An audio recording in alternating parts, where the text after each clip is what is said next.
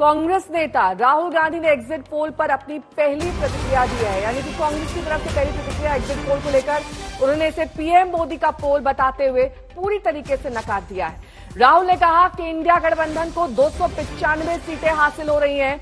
खबर है कि इंडिया गठबंधन का प्रतिनिधिमंडल आज शाम लगभग 4:30 बजे चुनाव आयोग से मिलेगा। सूत्रों के मुताबिक विपक्षी गठबंधन चुनाव आयोग से 3 प्रमुख मांगे करेगा। सुप्रीम कोर्ट के निर्देशानुसार वीवीपैट में पर्ची का मिलान हो, पोस्टल बैलेट की काउंटिंग पहले की जाए, हर राउंड के बाद प्रत्याशियों को डेटा बताया जाए, सबकी संतुष्टि के बाद ही अगले राउंड की काउंटिंग शुरू की जाए। इसका नाम एग्जिट पोल नहीं है, इसका नाम मोदी मीडिया पोल है। ये मोदी जी का पोल है, फैंटेसी पोल है उनका। सर कितनी सीटें आ रही हैं आपके हिसाब से? सिद्धू मूसेवाला का सॉन्ग सुना आपने? 295। इसका नाम एग्जिट पोल नहीं है, इसका नाम मोदी मीडिया पोल है। ये मोदी जी का पोल है, फैंटेसी पोल है उनका। सर कितनी सीटें आ रही हैं आपके हिसाब से? सिद्धू मूसेवाला का सॉन्ग सुना आपने? 295। तो बिहार की बात हो चुकी है, बात उत्तर प्रदेश की कर लेते हैं। कल एग्जिट पोल के नतीजे कम से कम उत्तर प्रदेश में 2019 के मुकाबले एक बड़ी जीत का इशारा बीजेपी और एनडीए के लिए यहां पर कर रहे हैं। हम आपको बता दें कि यहां पर भी उत्तर प्रदेश में गठबंधन के साथ चुनाव लड़ा भारतीय जनता पार्टी ने, और इसके साथ ही बढ़त मिलती हुई दिखाई दे रही है एनडीए को। यहां पर पिछली बार के इलेक्शन के मुकाबले एनडीए की 67 से 72 सीटें आ रही हैं, जबकि इंडिया गठबंधन की 8 से 12, बीएसपी की लगभग 1 सीट 0 से 1 और अन्य की 0 से 1। सबसे पहले हम आपको लिए चलते हैं उत्तर प्रदेश के डिप्टी सीएम ब्रजेश पाठक इस वक्त जुड़ गए हैं हमारे साथ। ब्रजेश जी, बहुत बहुत स्वागत है आपका आज तक पर। राहुल गांधी इसे प्रधानमंत्री नरेंद्र मोदी का एग्जिट पोल बता रहे हैं, वो कह रहे हैं 295 सीटें आ रही हैं उनकी। राहुल गांधी जी तनावग्रस्त हैं, फ्रस्ट्रेशन में हैं। धरातल कांग्रेस पहले ही खो चुकी है और राहुल गांधी जी को कोई सीरियसली लेता नहीं है। जिस ढंग से उन्होंने चुनाव को गंभीरता से नहीं लिया, असत्य वचन, झूठ पर आधारित उन्होंने बयान दिए जिनका कोई धरातल नहीं था, उस प्रकार की बातें की, जनता ने बुरी तरह से नकार दिया है कांग्रेस के गठबंधन को, इंडी गठबंधन को। और खासकर उत्तर प्रदेश में समाजवादी पार्टी एक गुंडों की फौज को लेकर के उत्तर प्रदेश में चुनाव मैदान में थी, और जिन असामाजिक तत्वों ने अखिलेश यादव जी के मंच को ही तोड़ दिया, उन्हें मीटिंगें नहीं करने दी, रैलियां नहीं करने दी।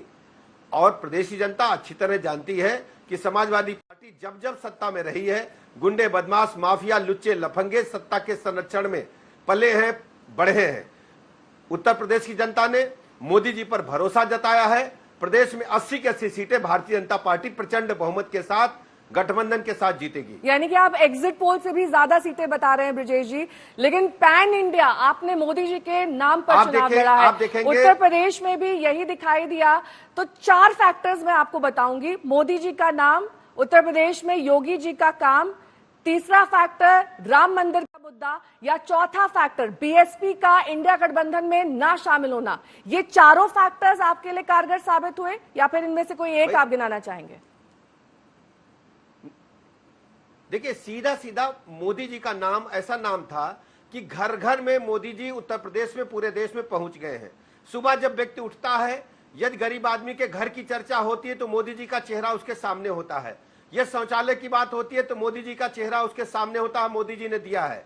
यह राशन की बात होती है तो मोदी जी का दिया हुआ राशन है। यदि बिजली की बात होती है तो मोदी जी का दिया हुआ निःशुल्क बिजली का कनेक्शन है।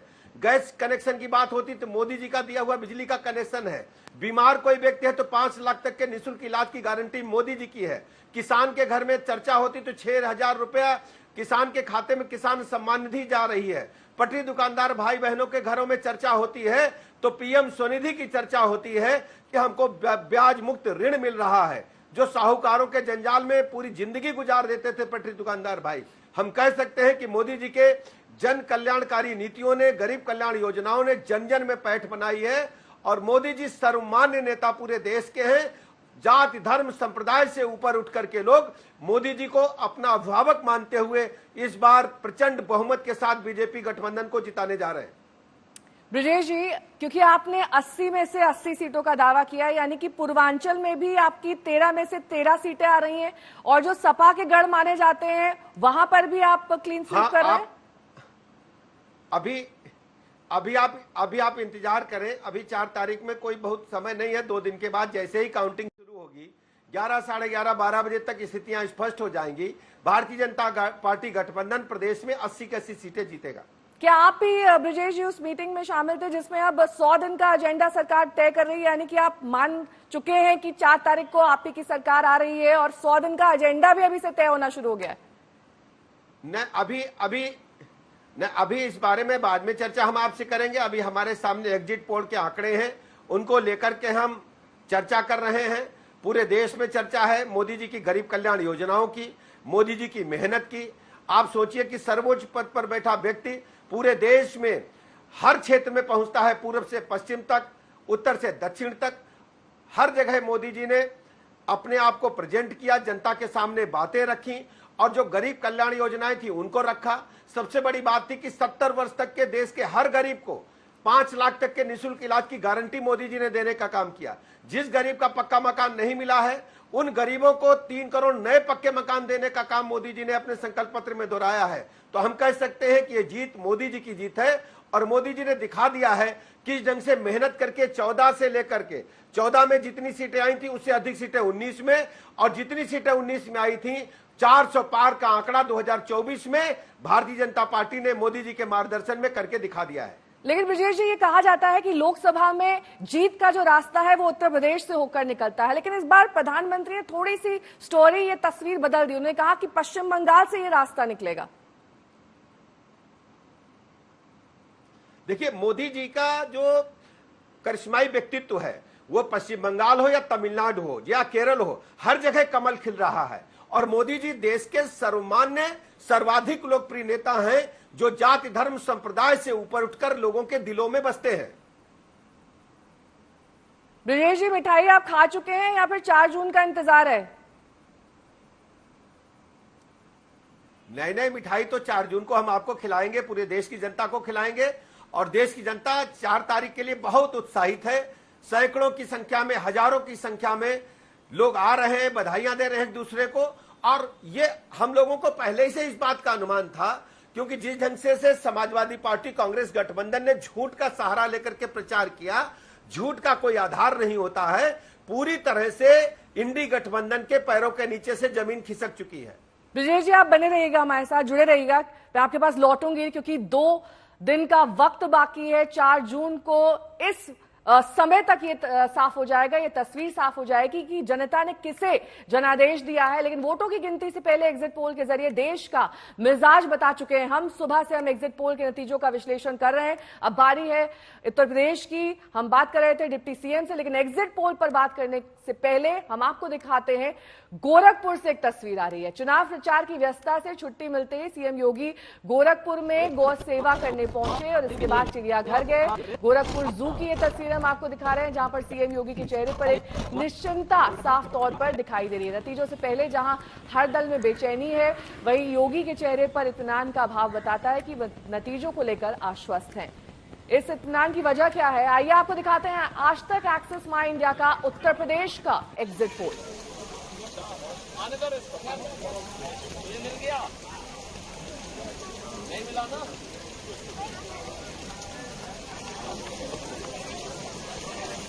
और मैंने कोई बच्चा बचा है किताब पे हो, किताब पे नहीं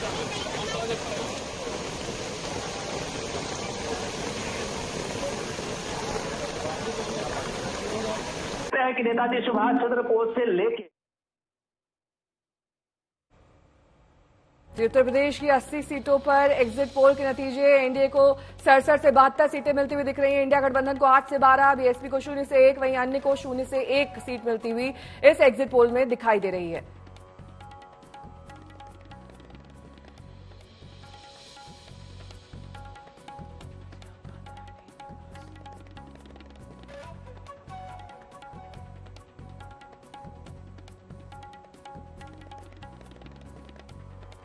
बीजेपी के प्रवक्ता के शर्मा जी इस वक्त हमारे साथ जुड़ गए हैं। के शर्मा जी, आप लोग पूरे निश्चिंत मोड में आ गए हैं। योगी जी की तस्वीरें भी यही साफ कर रही है। गोरखपुर वहां पर पहुंचे हैं, गौशाला में हैं, पूरी तरह से ध्यान और इत्मीनान है। नहीं, देखिए नेहा जी, निश्चित रूप से ये एक लंबा चुनाव था और काफी सघन चुनाव प्रचार जो है हमारे नेताओं ने भी किया, हमारे कार्यकर्ताओं ने जमीन पर काफी संघर्ष किया, काफी मेहनत किया है, काफी परिश्रम किया है। इतनी धूप में मैं समझता हूँ हमारे बूथ से लेकर तमाम कार्यकर्ता जो है इसमें लगे रहे चुनाव में, और एक बड़े आपके ऑडियो में कुछ दिक्कत आ रही है के शर्मा जी। अजय उपाध्याय जी हमारे साथ कांग्रेस के प्रवक्ता जुड़े हुए हैं। अजय जी, ये जो एग्जिट पोल के आंकड़े हैं कम से कम आपके लिए एक डाउनफॉल का इशारा करते हैं उत्तर प्रदेश में, क्या वजह मानते हैं आप इसकी?